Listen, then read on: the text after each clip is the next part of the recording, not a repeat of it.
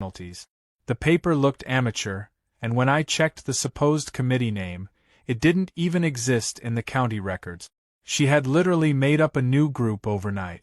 I brought it to Alan, who laughed so hard I could hear him choke on his coffee again. She's fabricating regulatory bodies now? I almost admire the creativity. He suggested we include it in the growing evidence pile. At this rate, Karen was building a case against herself. Friday night came fast. The HOA board gathered at the community clubhouse, which looked more like a church basement with folding chairs and an old coffee urn that smelled like burnt rubber. Residents packed the room, standing room only. Karen sat at the front, still holding her clipboard like a badge. The board opened with minor updates, but everyone knew why they were there. Joyce stood and calmly outlined the timeline: the unauthorized occupancy transfer, the misuse of emergency clauses, the forged implication of board consent, and finally, the public embarrassment that followed. Karen didn't go down without a fight. She accused me of harassment, of manipulating the media, even of cyberbullying. She waved her arms and claimed her son was a victim of unlawful humiliation. The room stayed quiet. Everyone had seen the article. They had seen the videos. Some had even seen the fence with their own eyes. Then came the vote. 7 board members cast their ballot.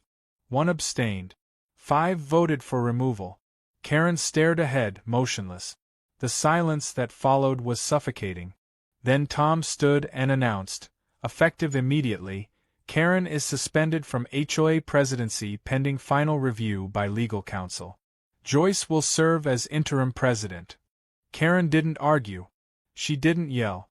She simply stood up, picked up her clipboard, and walked out the side door like a ghost losing its shadow. The room let out a collective breath. The moment I stepped outside, I found Brad waiting by the cabin, arms crossed, face tight with frustration. "You got what you wanted," he said. "She's humiliated. Are you happy now?" I looked at him for a long moment. I wanted my property back. I wanted respect for my father's legacy.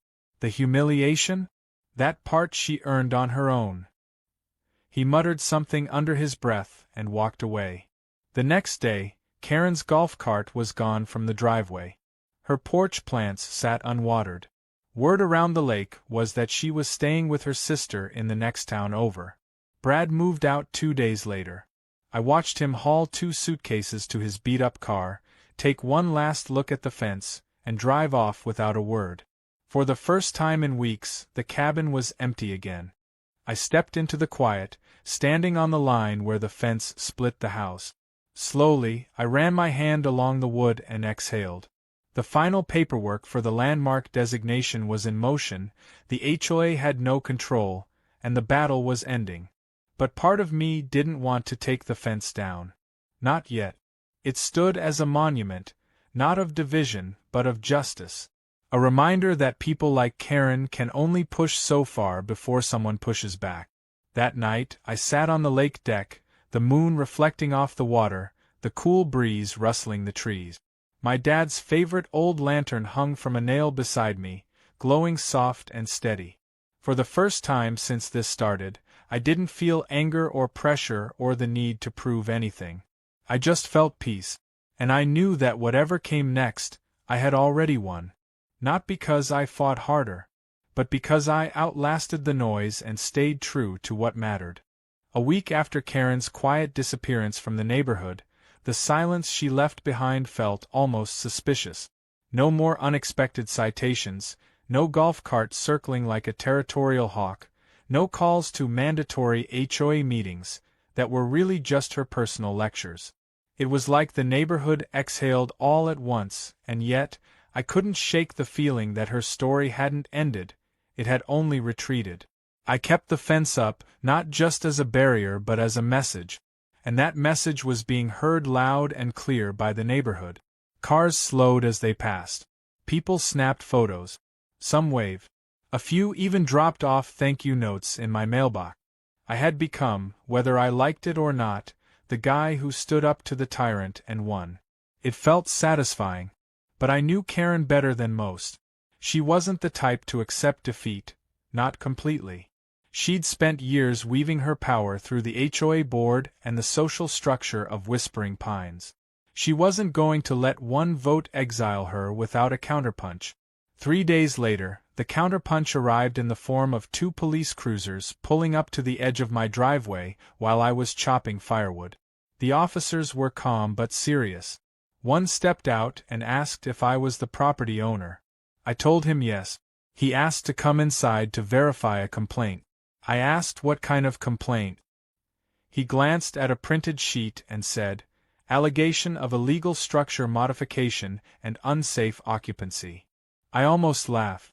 Of course, Karen had skipped past the HOA now and filed something directly with county enforcement, likely using an anonymous form, hoping to trigger a bigger legal scare. I didn't argue. I invited them in, handed them copies of the building permits, survey documents, and the clearance from the fire inspector. The officer took one look, smiled, and said, "This is cleaner than most duplexes I see." He took a few pictures for his report and left with a promise that no further action would be taken. I stood at the porch watching the cruisers disappear, wondering how many more swings she had left in her. Later that evening, I was sitting in the cabin when my phone buzzed with a call from Alan. He sounded amused. "Well, you won't believe what I just got wind of. Your friend Karen filed a civil complaint in small claims court. She's suing you for emotional distress caused by property obstruction." I blinked in disbelief. "She's suing me because I fenced my own cabin?" Alan chuckled. "It gets better. She's listing herself as an affected party due to witnessing structural disfigurement of the community's visual harmony." I rubbed my face, half exhausted, half amused. "Is that even a thing?" He replied, "Not unless you live in a Thomas Kinkade painting. But let her go through with it. The more frivolous the case, the easier it'll be for the judge to slap it down. And the more ridiculous she looks in the process." The hearing was scheduled a week later. I didn't dress fancy, just a clean shirt and jeans.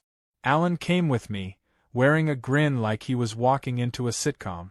Karen, on the other hand, showed up with a 3-ring binder and a printed slideshow, like she was defending a thesis.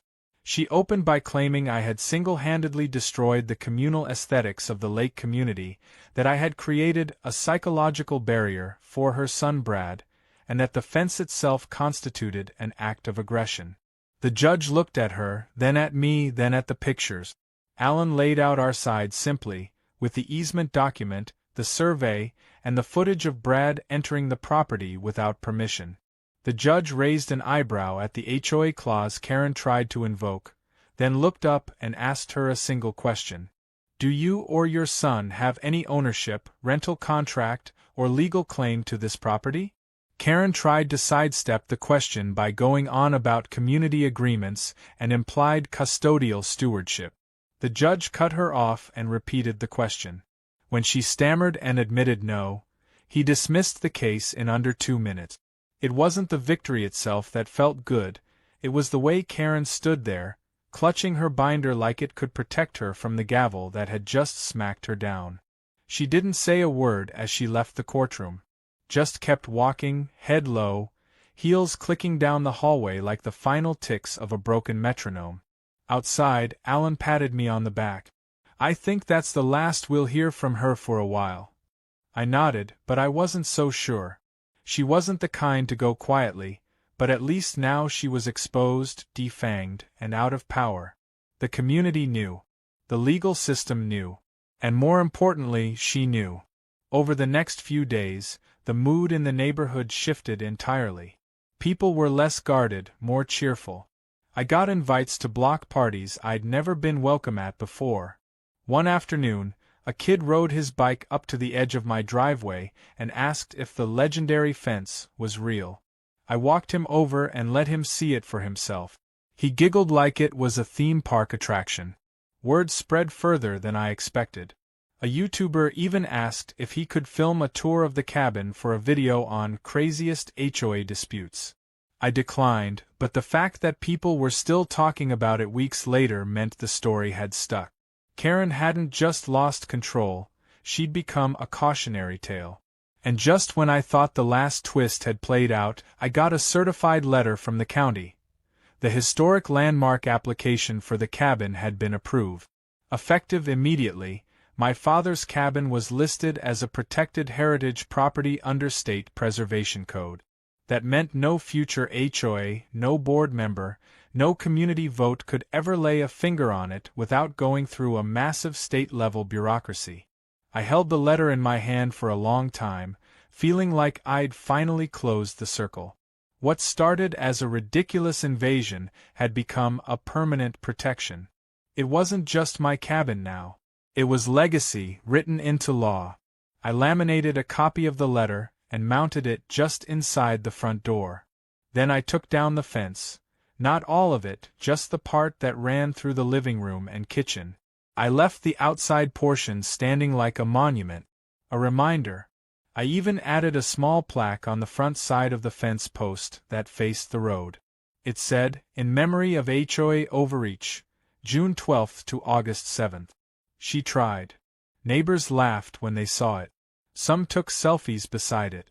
That evening, as the sun set over the lake and the sky turned shades of orange and lavender, I sat on the porch with a drink in hand. A dog barked somewhere in the distance. Kids played near the docks. And for once, there were no eyes watching me with judgment or suspicion. Just the sound of water lapping gently against the shore and the quiet rustle of the wind through the trees. Peace at last. Karen never returned. Her house was eventually listed for sale. Rumor had it she moved to another community in the next county over. One that didn't have an HOA. Irony, it seemed, had a wicked sense of humor. Brad's whereabouts remained a mystery, though someone claimed they saw him bagging groceries at the local store with earbuds in and a haunted look on his face. I didn't care. I had what mattered. A roof my father built, a view he cherished, and freedom no clipboard-wielding tyrant could take away again. It had been nearly a month since Karen vanished from the neighborhood, but her absence still hung in the air like the final echo of a storm. Her former allies on the HOA board had either quietly resigned or distanced themselves from her entirely, acting as though her reign had never existed. The fence still stood proudly outside, half symbol, half landmark, and the little plaque I'd nailed onto the post had become something of a community attraction. More than a few neighbors admitted they used it as a landmark when giving directions, laughing about it as if it had always been there. For the first time since my father passed, life around the cabin felt still again. Peaceful, balanced, and mine. One morning, I was out on the dock repairing one of the side rails that had loosened with time and weather. As I worked, I thought about all the little things my father used to do here without anyone watching. How he'd sit with his back against the cabin wall and sketch whatever shape the clouds made. How he'd fix even the tiniest squeak in a door like it was a sacred task. I'd spent so much of my childhood trying to escape this place for bigger things. Cities, contracts, office towers, and now I felt more connected to it than any skyscraper I'd ever worked on. Every board and nail had a story. And for the first time, I was finally adding my own to the structure, one Karen couldn't erase. Later that afternoon, Joyce stopped by with a bottle of wine and a letter in her hand. She said the HOA had voted unanimously to revise the bylaws to make sure something like Karen's overreach could never happen again. The new policy restricted any board member from issuing enforcement orders without majority approval, and any emergency housing assignments, like the one Karen tried to force, were permanently banned. Joyce looked at me with tired eyes and said, "You may have started a bit of chaos, but you also saved us. We didn't realize how far she'd gone until you drew that line." Literally. I thanked her, but I didn't feel like a hero. I hadn't tried to change anything except what was already mine. I just held the line until the rest caught up. The day after, the official landmark registration sign arrived by mail. A polished, engraved bronze plate in a neat wooden frame. It read, "Designated Heritage Property, the Mason Lake Cabin, built 1974. Privately protected under State Historical Code 13.6. I stood with it in my hands longer than I expected.